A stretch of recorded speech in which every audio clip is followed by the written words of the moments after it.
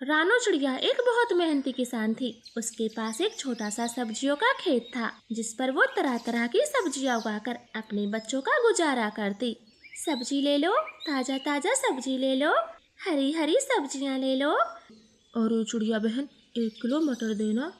कबूतर भैया, आलू है, घिया है, लौकी है, टमाटर है और हरी मिर्च भी है, लेकिन मटर नहीं है।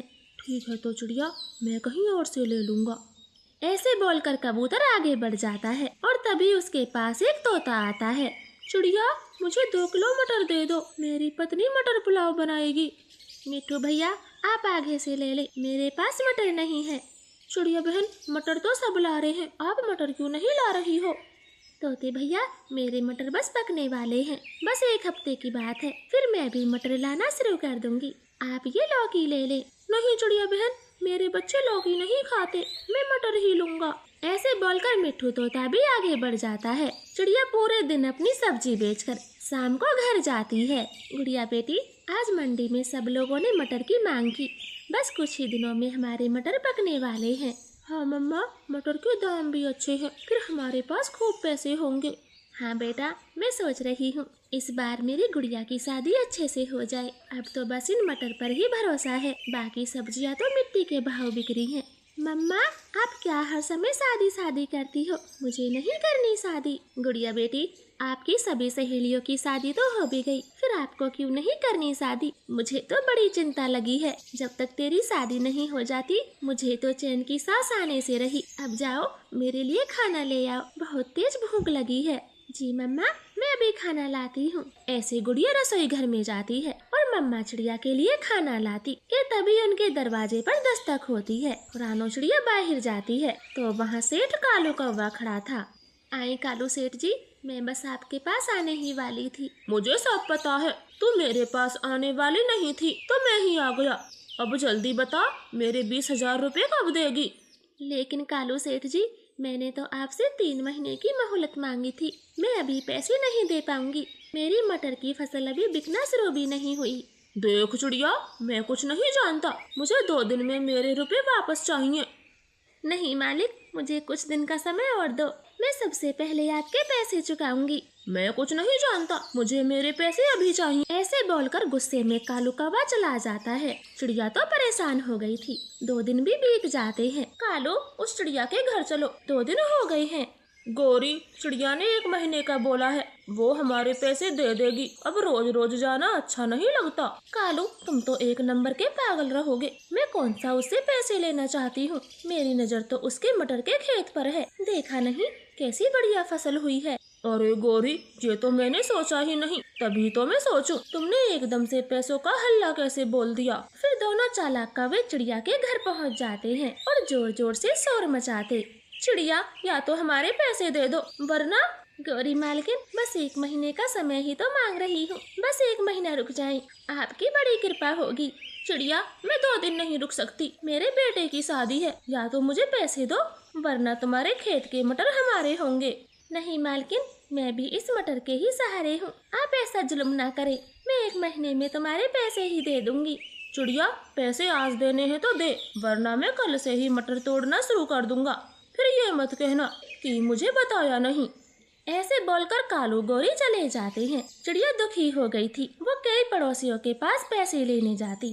कबूतर भैया, मुझे 20,000 रुपए दे दो, आपकी बड़ी कृपा होगी। कबूतर जी, जरा मेरे साथ अंदर चले, कुछ बातें करनी है। ऐसे लूसी कबूतरी कबूतर को भीतर ले जाती है। देखें कबूतर जी, कौवे के पैसे चिड़िया ने अभी तक नहीं लौटाए, आप कोई रुपये ना देना, वरना फिर हम काटेंगे कौवों जैसे चक्कर, मैं पहले बता रही हूँ। ठीक है लूसी जी, मैं नहीं दूंगा, अब आप चिड़िया से मना कर दे। ऐसे लूसी चिड़िया से मना कर देती। चिड़िया कई पक्षियों के पास जाती है, मगर कोई उसे रुपए नहीं देता। दूसरे दिन से कौवे चिड़िया की मटर तोड़ने लग जाते हैं। कालू सेठ जी, ऐसा जुल्म ना करो, ये मटर ही तो मेरा सहारा है, मैं तुम्हारे पैसे भी इसी से चुकाऊंगी और अपनी गुड़िया की शादी भी करूंगी।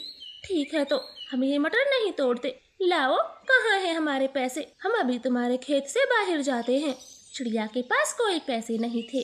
गौरी कालू फिर से मटर तोड़ने लग जाते। चिड़िया उदास होकर अपने घर आ जाती है। मम्मा, क्या वो कालू गौरी मान गई हैं? नहीं मेरे बच्चों, वो दोनों नहीं मान रहे। मटर से पूरी बुग्गी भर ली है, मैं क्या करूं, कहाँ जाऊं। ऐसे चिड़िया का परिवार तो बहुत दुखी था और कुछ ही दिनों में कालू गौरी चिड़िया के सारे मटर बेच आते हैं। वाह कालू, देखो 20,000 से पूरे 1,00,000 की बिक्री हुई। इसे कहते हैं दिमाग। हाँ गौरी, अगर अब आगे से चिड़िया कभी रुपया मांगने आए तो मना ना करना, फिर ऐसे ही दाव पेच खेलेंगे। वो कौवों का परिवार तो बहुत खुश था। इधर चिड़िया के घर में चूल्हा भी नहीं जला था। गुड़िया बेटी, आप ये चावल कहाँ से लाई हो? घर में तो कुछ भी नहीं था। मम्मा, ये चावल तो मैं अपनी सहेली से मांग कर लाई हूँ, लो आप भी खा ले। चिड़िया वो चावल खाने ही वाली थी, तभी उनके दरवाजे पर एक साधु पक्षी आता है। बेटा, बहुत तेज भूख लगी है, कुछ खाने को दे दो। चिड़िया के घर में कुछ भी नहीं था। वो अपनी प्लेट उस साधु पक्षी को देने ही वाली थी, तब गुड़िया बोलती है, साधु बाबा, हमारे घर में कुछ भी नहीं है, हम आपको क्या खिलाएं? गुड़िया बेटी, मेरा दिल नहीं कर रहा, लो बाबा ये चावल आप खा लो। फिर वो साधु पक्षी वो चावल खाता है।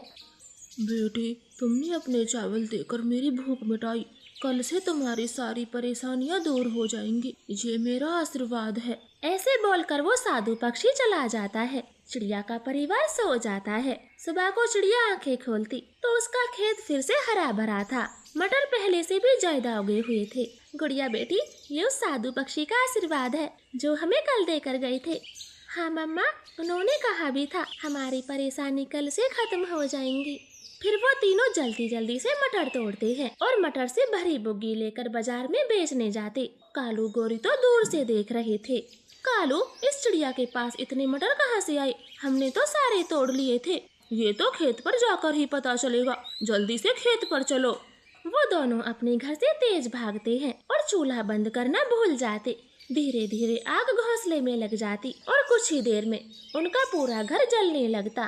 कालू, हमने तो ये सारे मटर तोड़े थे, फिर इतनी जल्दी और कहाँ से आ गए? पता नहीं, ये तो चिड़िया से पूछना पड़ेगा।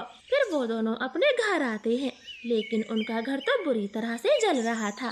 पक्षियों की भीड़ लगी हुई थी। तब तक चिड़िया भी पहुँच जाती है। कालू, हमारा घर जल गया, ये कैसे हुआ? गौरी, जाते समय तुमने चूल्हा नहीं बंद किया था, ये उसी के कारण हुआ है। अब हम कहाँ रहेंगे? कालू कौवे, आपने मेरे साथ बेईमानी की थी और देखो तुम्हारा सब कुछ जलकर राख हो गया। ऐसे मन ही मन खुश होकर चिड़िया वहाँ से अपने घर चली जाती है। कालू गौरी तो बेघर हो जाते हैं और अपने किए पर पछताते रह जाते। प्लीज प्यारे दोस्तों, हमारी कहानी को लाइक और चैनल को सब्सक्राइब करें। आपका धन्यवाद।